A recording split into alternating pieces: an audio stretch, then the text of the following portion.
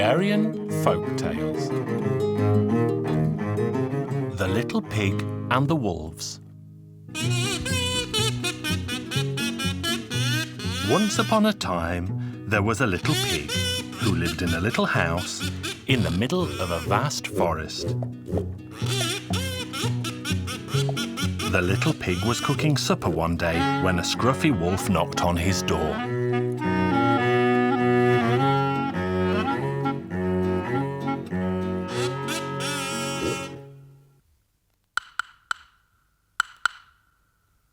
Little pig, let me in. It's so cold out here, I'll freeze to death.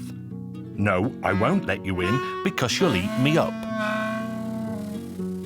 Just let my back leg in or I'll freeze to death.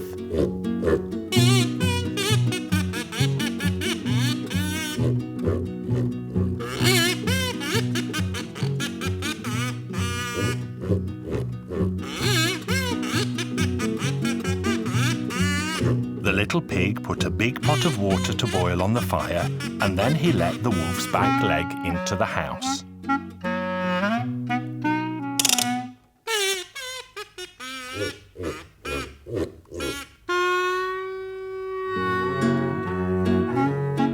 Oh, little pig, please let my other back leg in too.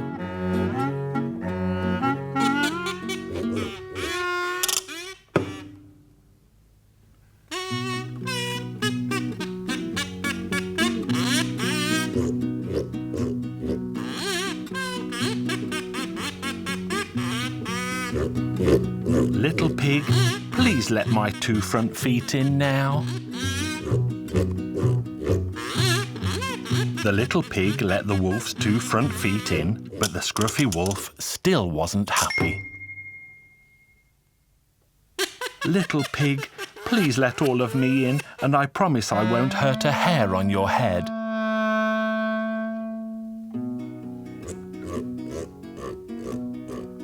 The little pig found a sack and held it open so that the wolf would walk right into it. And that's what he did. The little pig wasted no time and tied the sack up in a flash.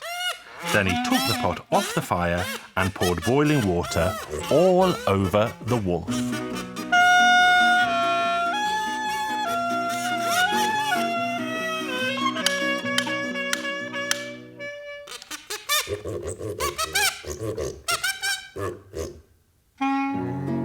The steaming hot water made the wolf shout, and he wriggled and jiggled until he pushed the sack open.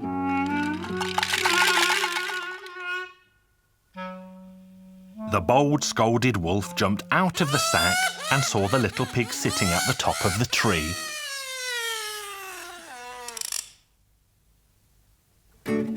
And the wolf ran off to find help.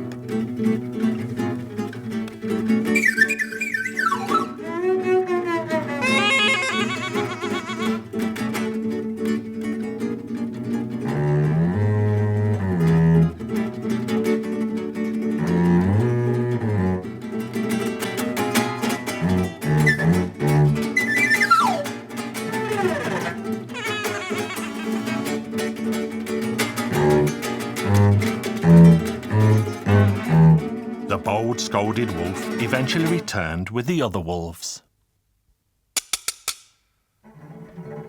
The wolves thought and thought about how they would catch the little pig, as none of them could climb a tree. At long last, they decided to stand on one another's shoulders until they reached the little pig. The wolves climbed quickly one on top of the other. The bold, scolded wolf stayed at the bottom because he was afraid of heights, so the others all climbed on top of him.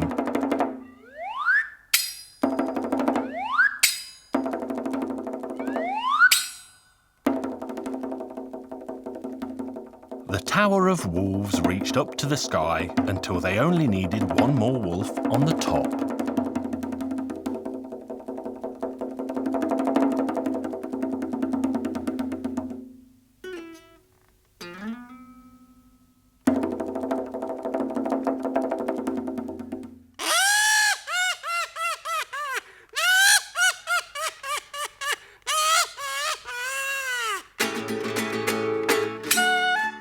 The last wolf started to climb, and the little pig shouted, "Pour hot water on the bold one!"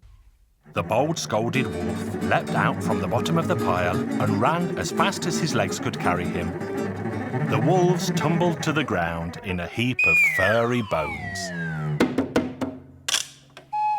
Then all the little piglet had to do was to jump down from the tree and go back into his little house. And the bad wolves never dared come near again.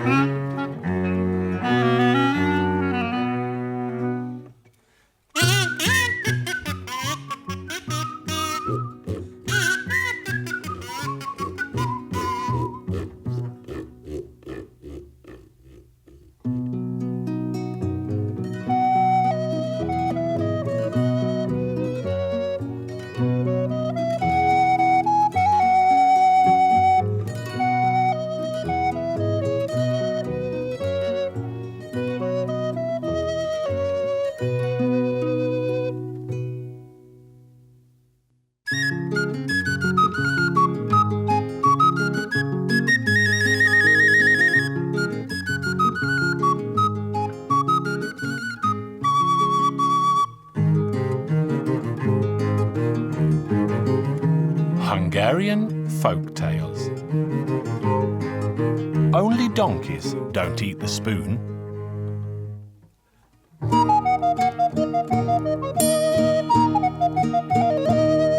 Once upon a time, beyond the snowy Alps, in the cradle of the Carpathian Mountains, lay the land of Hungary, and there lived a king called Matthias. If the old stories are to be believed, then King Matthias liked to see for himself how his people lived.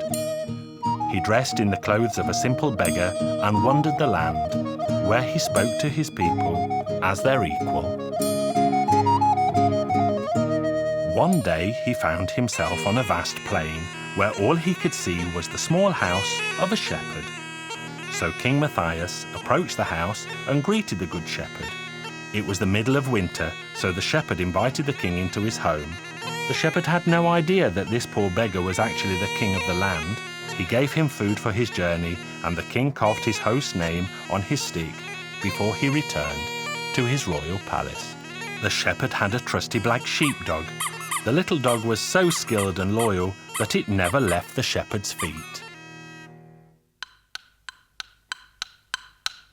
King Matthias sent a letter to the shepherd inviting him and his trusty sheepdog to the palace. But the invitation did not explain why he was invited or how to find the king's home.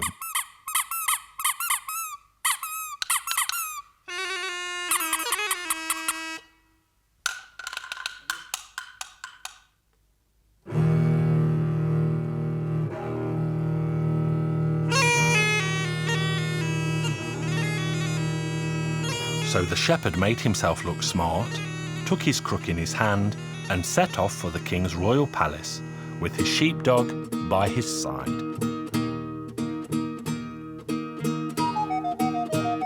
When they reached the city gate, they were met by a guard who said, "Hey, old man, stop here.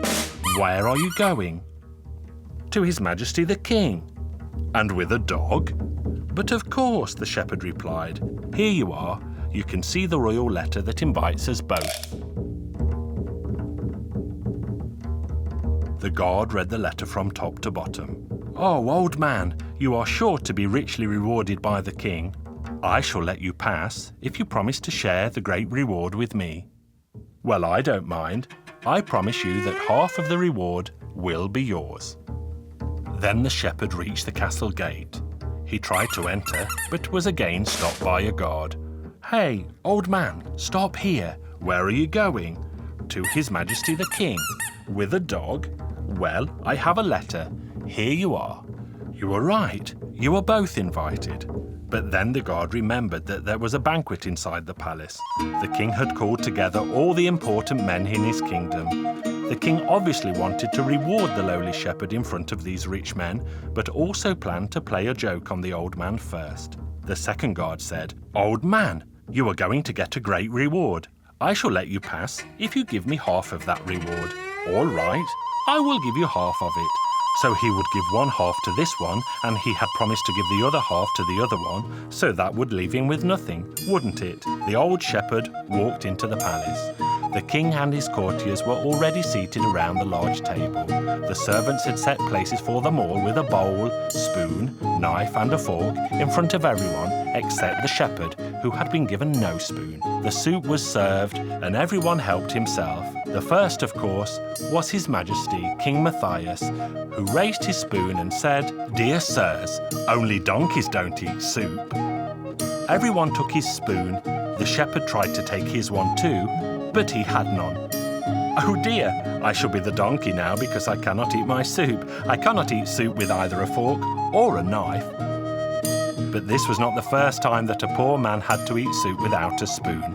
The old shepherd simply cut the end off his bread and hollowed it out. The crispy crust made the perfect spoon for eating soup, and he sat and ate every last drop, watched by all the important guests and the king.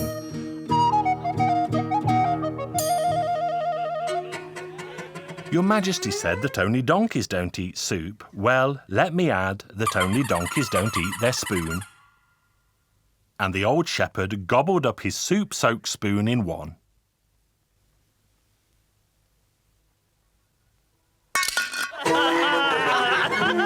The banquet eventually ended and the time came for the king to hand out rewards. And you will never believe what the old shepherd asked for. "Your Majesty, I would like 50 strokes of the stick." "Shepherd, I haven't invited you to beat you 50 times with a stick. I wanted to play a practical joke on you, but you played the joke on me. Therefore, you deserve more than 50 strokes. Tell me now what I owe you." "Your Majesty, you owe me nothing more than 50 strokes. That's all I want." Then the king understood that it had been a joke again. "Very well then, but tell me now why." "Why? The reason is very simple. On my way here I was stopped by a guard at the city gate who refused to let me in unless he could share half of my reward. Then a second guard only let me enter the palace if he too could receive half of my reward. So now one will receive 25 strokes of the stick, and so will the second." And so the shepherd's joke was ended.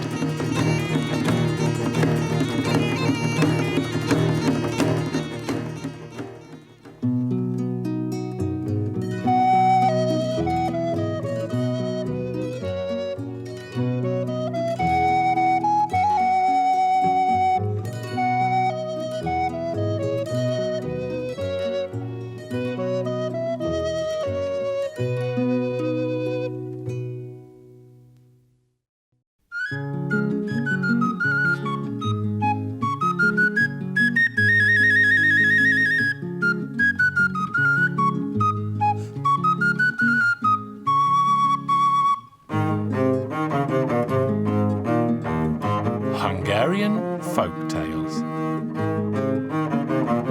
The Little Walnut. Once upon a time, there lived a poor man who had so many children they were like ants in a hill. The children often went without food for 3 days in a row. They were so very poor. So their father set off to find some food for his family. He was walking in the forest when the devil met him, disguised as a man. "Where are you going, poor man?" "I'm going to find some food for my children. If I don't do something soon, they will all die of hunger." "Don't take another step. I'll give you something that, if you use it wisely, will put an end to suffering in your house. Here, take this little walnut. Give it any order you like, and it will be done without delay." "But what am I to give you in return?" "I don't want anything much. Only the thing you don't know about in your home." The poor man started thinking what it could be that he didn't know about, but he could not think of a single thing. And as times were hard, he gave his promise.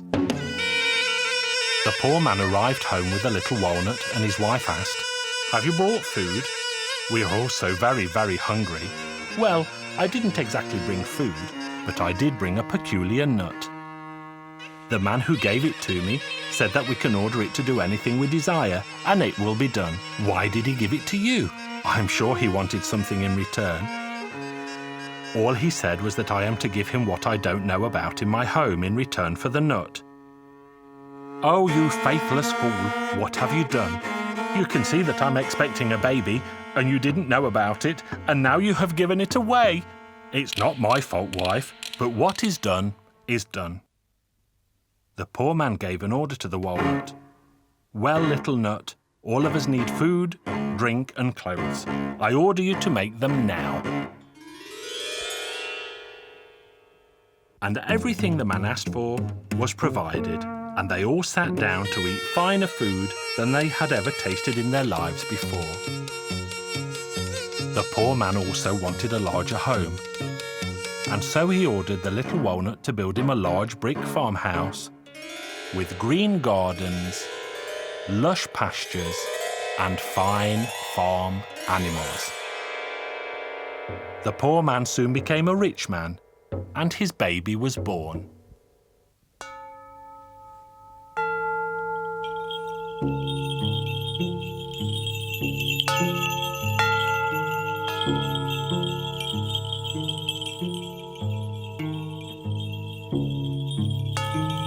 The family were all working hard one day when two old men arrived and asked for shelter for the night. He was glad to help and also gave them food.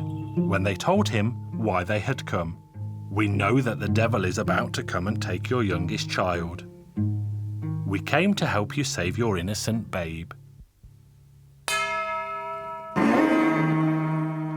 Do as we say and put a loaf of bread on your table at night and let it stay there until the following day." So the man put a loaf on the table, and everyone in the house went to sleep for the night. They were all fast asleep at midnight when the devil appeared under the window and shouted up, "Hey, master of the house, do you hear me? Do you remember your promise to me? Give it to me now. I came for that." Nobody heard his words as they were all sleeping, but instead the bread spoke up. "Stay and sit easy outside. Just wait as I waited. Be patient and suffer as I patiently waited. I was sown in the soil in the autumn and sat there all winter, as you must wait now. When spring came, I started to grow, and I waited to grow tall, as you must wait now too. When the time of harvest came, I was cut with a scythe and gathered in bunches, but I had to suffer, as you must now suffer too. Then I was put on a cart, pushed along a road, and into the village and waited, as you must wait now too.